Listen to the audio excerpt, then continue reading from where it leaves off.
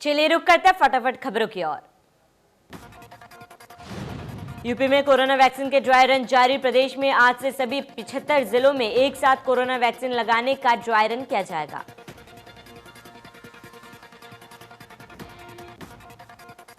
प्रत्येक जिले में इसके लिए 6 सेंटर बनाए गए हैं। 3 सेंटर शहरी क्षेत्रों में और 3 सेंटर ग्रामीण क्षेत्रों में हैं। वैक्सीन लगाने के लिए बनाई गई डॉक्टरों और पैरामेडिकल स्टाफ की टीमें इस पूर्वाभ्यास में हिस्सा ले रहे हैं। टीका लगाने की प्रैक्टिस जिन स्वास्थ्य कर्मियों पर की जाएगी उन्हें कोविड पोर्टल की मदद से मैसेज भेजे जाएंगे।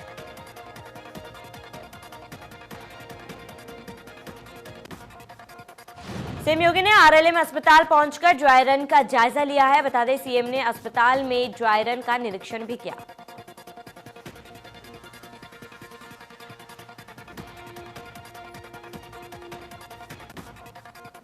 नोएडा और ग्रेटर नोएडा के 6 प्रमुख अस्पतालों में कोरोना वैक्सीन लगाने का अभ्यास शुरू हुआ है। डॉक्टर और मेडिकल स्टाफ इस दौरान तैनात रहे।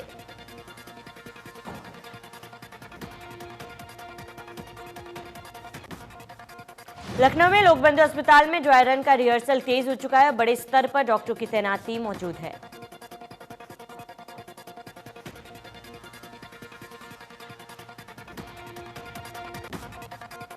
रिहर्सल में पूर्व सीएमओ नरेंद्र अग्रवाल को किया गया है शामिल। पहले सेशन में 100 लोगों का होगा वैक्सीनेशन। लखनऊ के 12 अस्पतालों में होगा वैक्सीनेशन।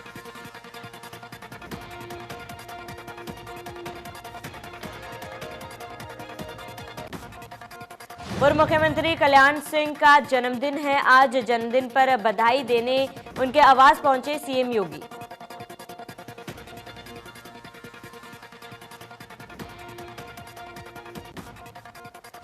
अखिलेश यादव ने एक बार फिर केंद्र सरकार पर निशाना साधा। सपा अध्यक्ष ने ट्वीट कर कहा कि सरकार और किसानों के बीच वार्ता भाजपा सरकार के फिर निरर्थक वार्ता करके अगली तारीख दे दी। अखिलेश यादव ने कहा हर बार आधा दिन गुजरकर 2 बजे बैठक करने से लगता है कि भाजपा सरकार आधे मन से आधे समय काम करके इस आंदोलन को लंबा खींचना चाहती है।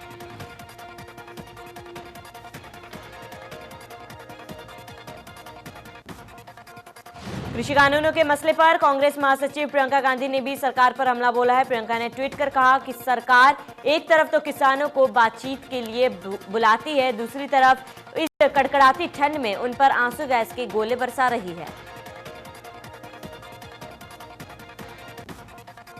इसी अड़ियल और क्रूर व्यवहार की वजह से अब तक लगभग 60 किसानों की जान जा चुकी है। इस क्रूर सरकार पर किसान कैसे विश्वास करे।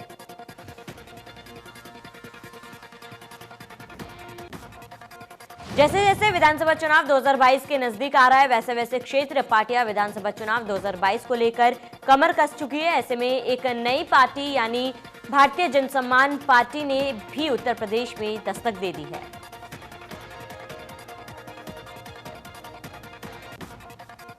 राजधानी लखनऊ में भारतीय जनसम्मान पार्टी ने प्रेस कॉन्फ्रेंस कर 2022 के विधानसभा चुनाव में उतरने का ऐलान कर दिया है। भारतीय जनसम्मान पार्टी 2019 में हरियाणा और चंडीगढ़ के लोकसभा में अपने प्रत्याशी उतार चुकी है।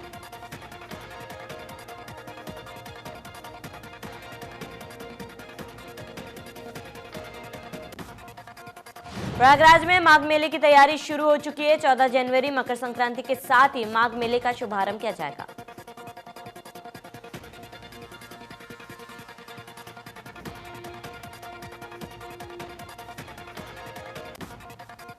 माघ मेले में देश के हर हिस्से में श्रद्धालु पहुंचते। संगम में मोक्ष की एक डुबकी लगाने तो वहीं कल्पवास करने वाले श्रद्धालु भी आकर गंगा के तट पर वास करते हैं।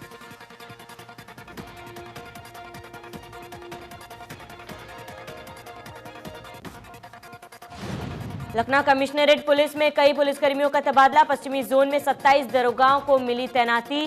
डीसीपी पश्चिम देवेश कुमार पांडे ने जारी की लिस्ट।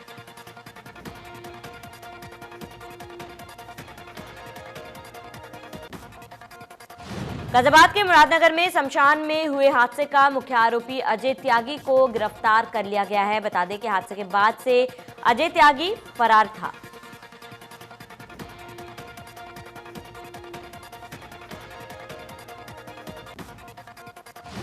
गाजियाबाद पुलिस ने आरोपी अजय त्यागी पर 25,000 रुपए का इनाम घोषित किया था। हादसे में 25 लोगों की मौत हो गई थी।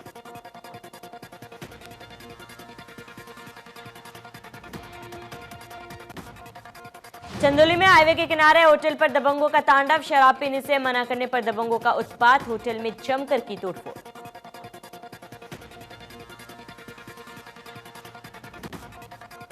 होटल में मौजूद महिलाएं और बच्चे भी सहमे। पूरी वारदात सीसीटीवी में कैद। सूचना पर पहुंची पुलिस खानापूर्ति में जुटी।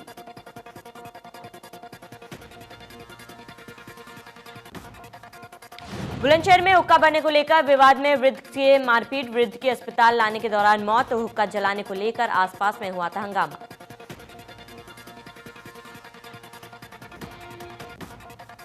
मुरादनगर में नगरपालिका चेयरमैन ने की प्रेस कॉन्फ्रेंस। नगरपालिका चेयरमैन ने खुद को बताया निर्दोष। दोषियों के खिलाफ की कड़ी कानूनी कार्रवाई की मांग।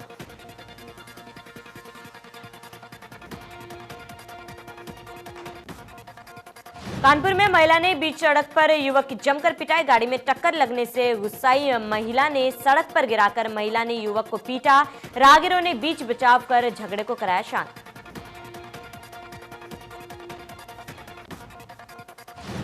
गोंडा में जमीन विवाद में खूनी संघर्ष देखने को मिला है। थाना तरंगाज में मजरा बधाई पुरवा में 3 सगे भाइयों के बीच बंटवारे को लेकर कहासुनी के बाद 3 सगे भाइयों में जमकर लाठी डंडे चले।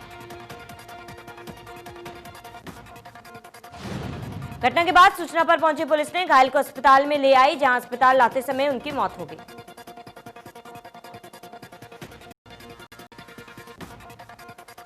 हाथरस में बेकाबू ट्रक बोलेरो पर पलटा। सड़क हादसे में 4 लोगों की मौत। 6 वर्षीय बच्चे सहित 4 लोगों की मौत।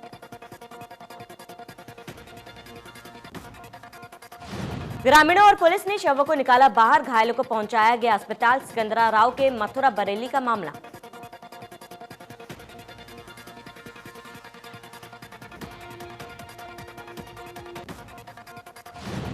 पूरे उत्तर भारत में मौसम का मिजाज बेहद बिगड़ा हुआ है। जम्मू कश्मीर में बर्फबारी से हालत गंभीर है। वहीं इसका असर दिल्ली तक देखा जा रहा है।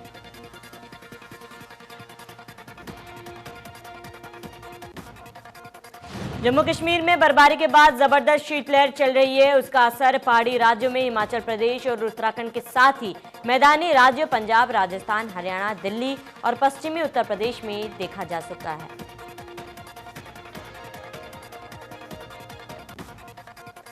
उत्तरकाशी में ऊंचाई वाले इलाकों में हो रही जमकर बर्फबारी। निचले इलाकों में रुक रुक कर हो रही है बारिश। बर्फबारी और बारिश से तापमान में आई भारी गिरावट।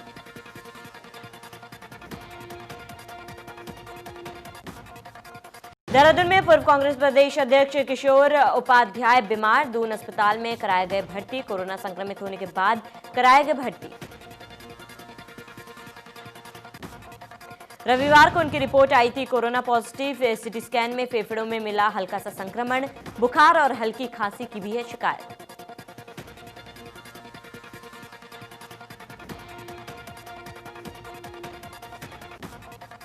डीजीपी अशोक कुमार करेंगे गढ़वाल का दौरा। 11 जनवरी से 13 जनवरी तक गढ़वाल में रहेंगे डीजीपी। 11 जनवरी को टिहरी और उत्तरकाशी जिले का करेंगे दौरा।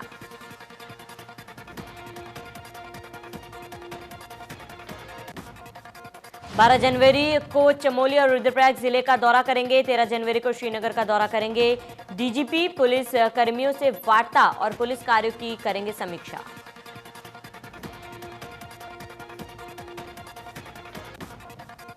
उत्तरकाशी में धोखाधड़ी मामले में 2 अभियुक्त गिरफ्तार। उत्तरका पुलिस ने किया गिरफ्तार।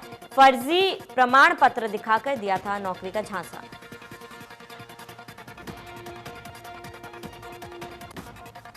अभियुक्त पर 9 लाख रुपए की धोखाधड़ी करने के हैं आरोप। पुलिस ने अभियुक्तों को पास से लैपटॉप, कैश, आईडी कार्ड बरामद किए।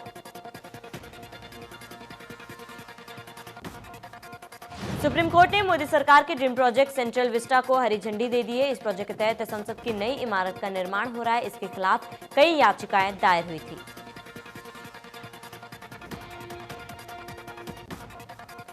कोर्ट ने पर्यावरण कमेटी की रिपोर्ट को भी नियमों को अनुरूप माना है। कोर्ट ने लैंड यूज चेंज करने के इल्जाम की वजह से सेंट्रल विस्टा की वैधता पर सवाल खड़े करने वाली याचिका को फिलहाल लंबित रखा है।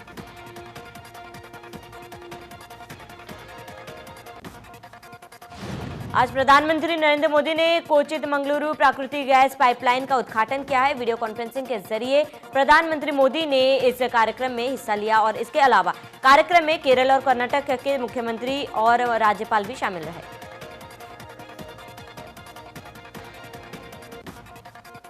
प्रधानमंत्री नरेंद्र मोदी ने कहा है कि कोची मंगलुरु पाइपलाइन इस बात का बहुत बड़ा उदाहरण है कि विकास को प्राथमिकता देकर सभी मिलकर काम करें।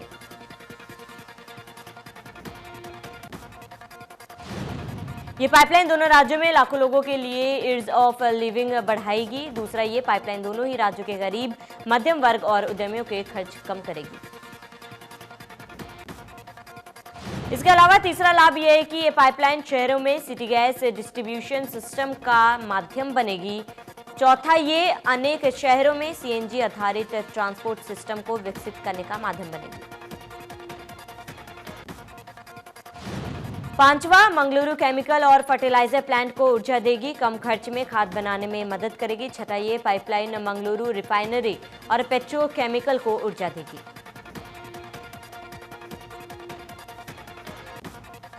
सातवां फायदा, ये दोनों ही राज्यों में प्रदूषण कम करेगी। आठवां फायदा यह है कि प्रदूषण कम करने का सीधा असर पर्यावरण पर होगा।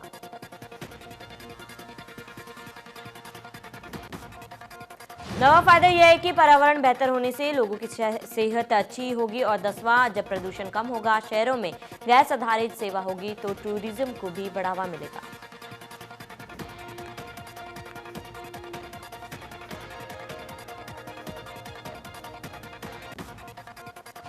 देश में 24 घंटे में कोरोना वायरस के 16,375 नए संक्रमित मिले हैं। इस तरह देश में संक्रमितों की संख्या बढ़कर 1,03,56,885 हो गई है।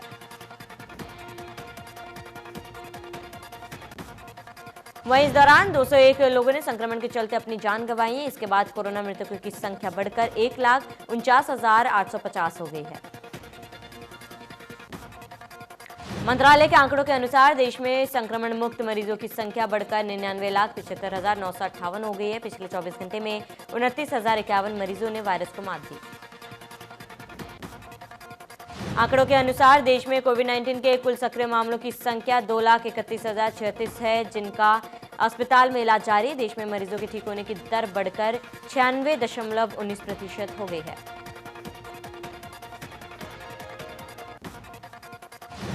उत्तराखंड में कोरोना संक्रमित मामलों में कमी आई है, लेकिन मरीजों की मौत के मामले थम नहीं रहे। बीते 24 घंटे में 8 कोरोना संक्रमित मरीजों की मौत हुई है।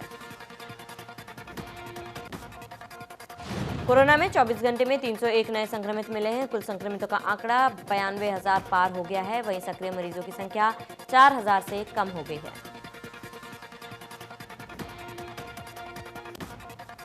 स्वास्थ्य विभाग की रिपोर्ट के अनुसार सोमवार को 13,155 सैंपलों की जांच हुई है, जिसमें 12,854 सैंपल नेगेटिव आए हैं।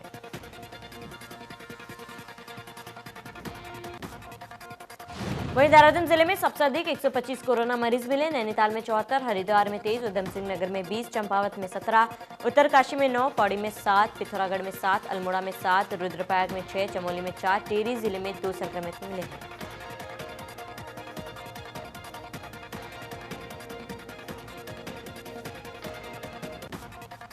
ब्रिटेन के प्रधानमंत्री बोरिस जॉनसन ने कोरोना संक्रमण के नए स्ट्रेन के बढ़ते संकट के बीच फिर से देश में लॉकडाउन का ऐलान किया है। बोरिस जॉनसन ने कहा कि कोरोना से निपटने के लिए कम से कम फरवरी के मध्य तक नया नेशनल लॉकडाउन लगाया है, ताकि नए स्ट्रेन को रोका जा सके।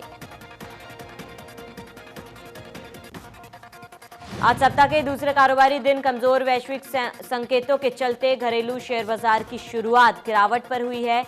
बॉम्बे स्टॉक एक्सचेंज का प्रमुख इंडेक्स सेंसेक्स 183.8 अंक नीचे 47,993.70 के स्तर पर खुला।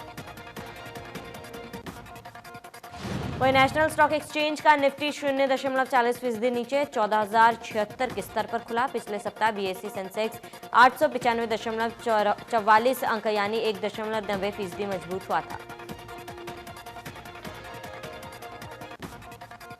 ऑस्ट्रेलिया दौरे पर भारतीय टीम को टेस्ट सीरीज के बीच एक और बड़ा झटका लगा है। ओपनर और विकेट कीपर के एल राहुल चोटिल होकर सीरीज से बाहर हो गए हैं। खबरों के मुताबिक ऑस्ट्रेलियाई ओपनर डेविड वार्नर की तीसरे टेस्ट मैच में वापसी हो सकती है। वहीं विल पुक्वोस्की सिडनी टेस्ट में डेब्यू कर सकते हैं। इंडियन सुपर लीग आईएसएल के खेले गए मैच में हैदराबाद एफसी ने 2 बार की चैंपियन चेन्नईयन एफसी को 4-1 से हराया। इस जीत के बाद हैदराबाद एफसी की टीम पॉइंट टेबल में 12 अंकों के साथ 7वें स्थान पर पहुंच गई। जापान के प्रधानमंत्री योशिहिडे सुगा ने कहा है कि इस साल टोक्यो ओलंपिक निश्चित रूप से होगा। टोक्यो ओलंपिक पिछले साल 24 जुलाई से 9 अगस्त तक होना था। कौन बनेगा करोड़पति 12 में एक से बढ़कर एक बुद्धिमान और दिग्गज लोग आ चुके हैं। कुछ लोग 1 करोड़ की राशि जीतने में कामयाब भी हो चुके हैं। अब इसी कड़ी में एक और नाम जुड़ गया है। वो नाम है डॉक्टर नेहा शाह का।